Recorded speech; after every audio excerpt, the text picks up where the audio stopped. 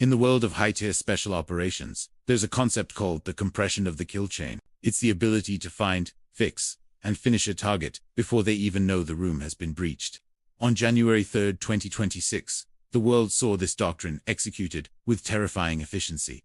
The target, Nicolás Maduro, the executors, the 1st Special Forces Operational Detachment Delta, while the public calls them Delta Force.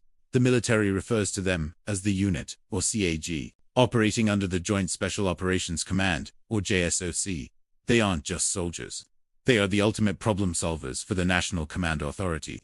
But to understand how they took down a head of state in 30 minutes, we have to look at the 5 months of technical prep that happened in the shadows. Since August 2025, a joint task force of the CIA's Ground Branch and Delta SG Squadron, their Advanced Force Operations Unit, had been living clandestinely in Caracas. They weren't just watching Maduro. They were mapping his entire digital footprint. Using Palantir-driven AI algorithms and our Q-170 Sentinel stealth drones, they tracked everything. His sleep cycles, the thickness of the steel in his safe room, and even the frequency of his security details, encrypted radios. Every piece of data was a puzzle piece, building a complete picture of the target's life, vulnerabilities, and routines. This wasn't just old-school surveillance. It was a digital siege. They were creating a virtual replica of Maduro's world to dismantle the real one, piece by piece. The physical raid would be the final, decisive act. But the war was already being won in cyberspace, long before the first shot was fired. This meticulous data-driven approach is what separates the best from the rest, turning a complex military operation into a symphony of calculated, precise actions. Who are the men who can pull off such a mission? Delta Force doesn't recruit from civilian life. They harvest from the absolute top 1% of elite units, like the Army Rangers and the Green Berets. The selection process is legendary for its brutality, designed to find individuals who are not only physically dominant, but mentally unbreakable. One of the most infamous tests is the long walk.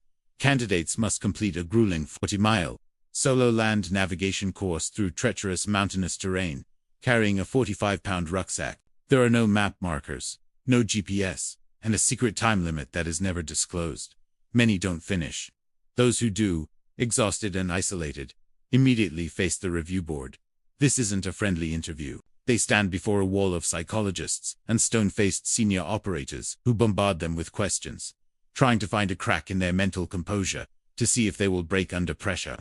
But by 2026, the unit has evolved. Alongside the traditional Sabre assault squadrons, Delta now deploys the Computer Network Operations Squadron, or CNOS, known inside the community as the Digital Devils. These are the cyber warriors, the ghosts in the machine. During the Maduro raid, CNOs didn't just hack the power grid. They utilized specialized electronic warfare to blind the Venezuelan S-300VM and boot him to missile systems.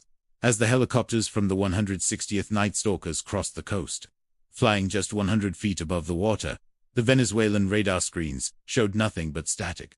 Delta had effectively deleted the Venezuelan military's eyes and ears before a single boot hit the ground. At 2:01 a.m. local time, Caracas goes black. This wasn't a simple power failure. It was a targeted shutdown of the Fortuna military complex's electrical infrastructure, triggered by U.S. Cyber Command thousands of miles away. The darkness was a weapon, and Delta owned the night. The insertion was a masterclass in joint force coordination. Over 150 aircraft were in the air, a silent, invisible armada. B-1B Lancers circled miles above, providing heavy overwatch, while EA-18G Growlers jammed every radar frequency in a 100-mile radius. 2 MH-60M Blackhawks, flying with terrifying precision, fast-roped Delta's squadron directly onto the roof of Maduro's fortified residence. The breach itself was surgical. Operators didn't use standard C for explosives that would announce their arrival to the entire neighborhood. Instead, they employed thermal breaching tools and diamond wire saws to silently cut through the 4-inch steel doors of Maduro's inner sanctum. It was quiet, clean, and deadly efficient. Maduro was reportedly in a gray sweatsuit, making a frantic dash for a high-security safe room when the operators bum-rushed the chamber. The engagement lasted mere seconds. Maduro's elite Cuban security detail attempted to respond, but they were hopelessly outmatched. They stumbled in the dark, while Delta, equipped with thermal optics, saw everything.